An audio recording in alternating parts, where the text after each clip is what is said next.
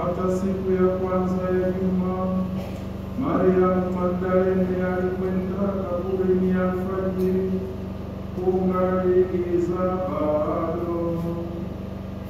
Akaliona lile jiwe limeondolewa kaburini. Basi akaenda mbio, akafika kwa Simoni Petro na kwa mwanafunzi mwingine yule ambaye Yesu alimpenda. Akawaambia, wamemuondoa Bwana kaburini, wala hatujui walikokwenda.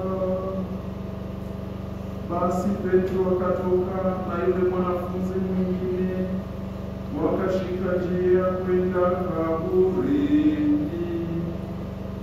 Wakaenda mbio wote wawili, na yule mwanafunzi mwingine akaenda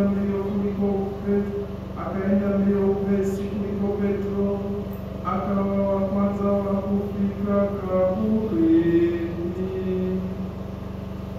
Akainama na kuchungulia, akaviona vitambaa vya sanda vimelala, lakini hakuingia.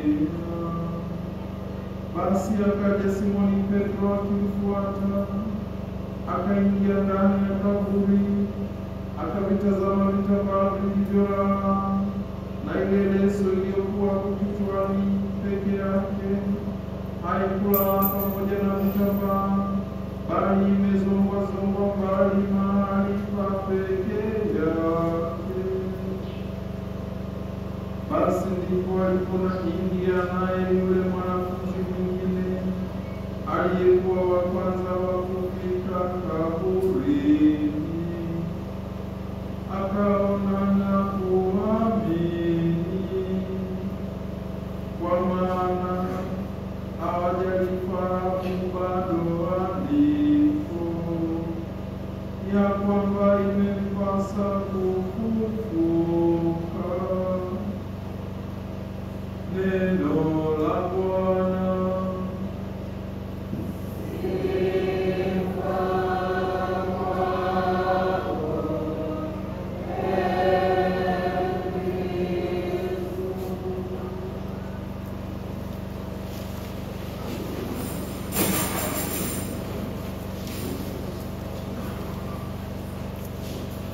Tumsifu Yesu Kristo.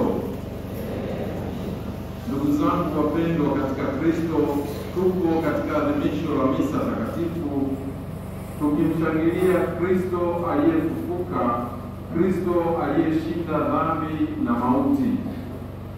Wapendwa katika Kristo, nilivyosema, sherehe ya ufufuko au tukio la ufufuko ndio kiini cha imani yetu sisi wa Kristo. Kwa kifo chake na ufufuko wake sisi tumekombolewa. Tumekombolewa kutoka kwenye ufungwa wa dhambi na mauti.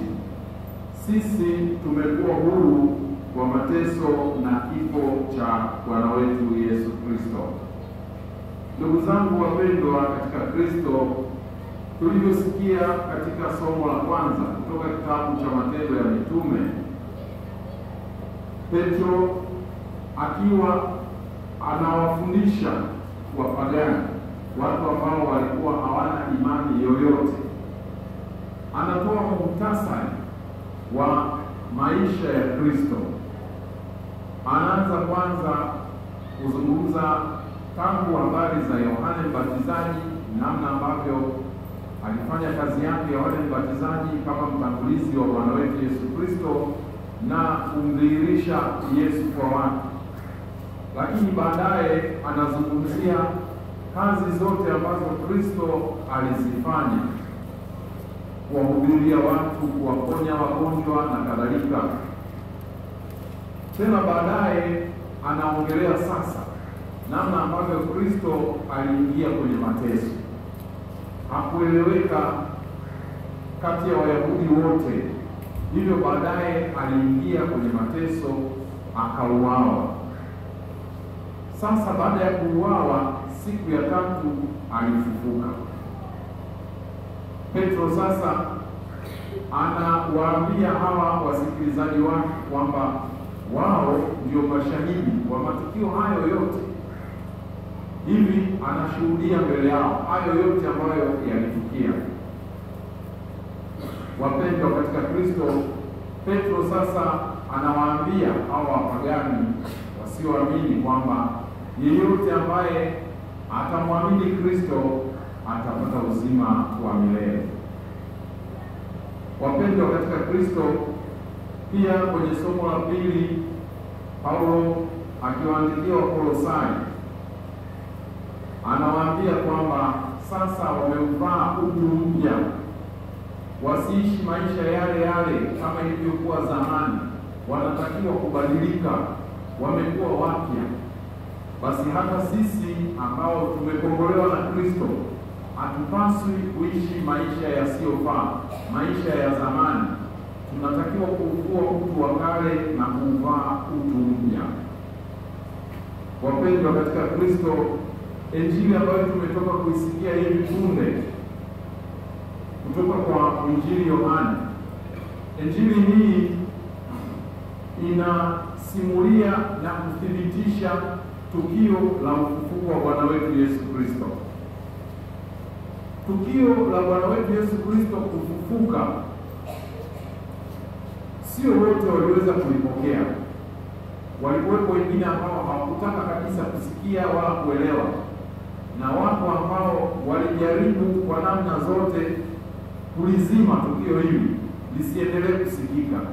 Lakini Kristo alifufuka na ukweli unajidhihirisha. Yohane anavyoandika yote haya anatuthibitishia kwamba Kristo kweli alifufuka. Yapo mambo ambayo yanathibitisha tukio hili kweli lilitokea, kwamba Yesu mwenyewe katika kazi aliyokuwa anaifanya wakati anahubiri, anafundisha wanafunzi wake, alizungumza habari za mateso yake na kifo chake na ufufuko wake. Kwa hivyo alizungumza yeye mwenyewe, tuseme alitabiri, alizungumza yatakayompata, na kweli yamekuja kutokea. Kwa hivyo kwa sababu yeye mwenyewe alizungumza na limekuja kutokea, ni uthibitisho kwamba kweli alifufuka. Lakini pia tulivyosikia, Maria Magdalene akiwa na wenzake wamekwenda kaburini asubuhi mapema kabisa, wamekuta pale mambo tofauti. Jiwe limeondolewa kaburini, vitambaa vimezongozongwa mahali pa peke yake, na mwili haupo. Kwa hiyo huo ni ushahidi wa kimazingira. Tunasema mazingira yanaonyesha waziwazi kwamba Kristo kweli amefufuka. Tena ukisoma aya zilizotangulia nyuma, Maria Magdalene alikutana na malaika, wakazungumza, wakamwambia, unamtafuta aliye hai kati ya wafu, hayupo hapa, amefufuka. Na baadaye Yesu mwenyewe alimtokea Mariamu Magdalene. Hivi ni uthibitisho kwamba Yesu Kristo alifufuka. Ndugu zangu wapendwa katika Kristo, Mariamu Magdalene mwenyewe alitoka baadaye kwenda kuwapasha habari wanafunzi, akawashuhudia kwamba amekutana na Kristo na amemwambia waende Galilaya, wataonana huko. Wapendwa, Kristo alifufuka na Yohane amethibitisha hilo. Lakini pia uthibitisho mwingine tunaweza kuona mabadiliko makubwa sana ambayo yalionekana kwa wanafunzi wa Bwana wetu Yesu Kristo. Kitendo kile cha mkubwa wao, mwalimu wao, kiongozi wao kukamatwa, kuteswa, kufa kifo cha aibu msalabani, kiliwakatisha sana tamaa wanafunzi wake. Waliishiwa nguvu, walikata tamaa, na wengine walitamani kuanza kurudi nyuma, walipoteza matumaini. walishiwa nguvu kabisa, walikuwa wanyonge. Tena tunaambiwa walikuwa wanajifungia kwa hofu ya Wayahudi. Labda pengine waliogopa kama kiongozi wao amekamatwa, ameuawa, wale ambao wamemkamata na kumuua kiongozi wao wasije sasa wakaanza kuzunguka kila kona kuwasaka sasa wale ambao walikuwa wanafunzi wake wa karibu. Walienda kujifungia kwa hofu. Lakini mabadiliko sasa, baada ya ufufuko wa Yesu, hawa wanafunzi walikuwa na nguvu na ujasiri mkubwa. Walikuwa wanatoka wanatangaza habari za ufufuko, hawakuwa na woga na wasiwasi wowote. Walikuwa wanahubiri na kushuhudia ufufuko wa Bwana wetu Yesu Kristo. Walikuwa na ujasiri mkubwa, waliwafundisha watu bila woga, bila wasiwasi.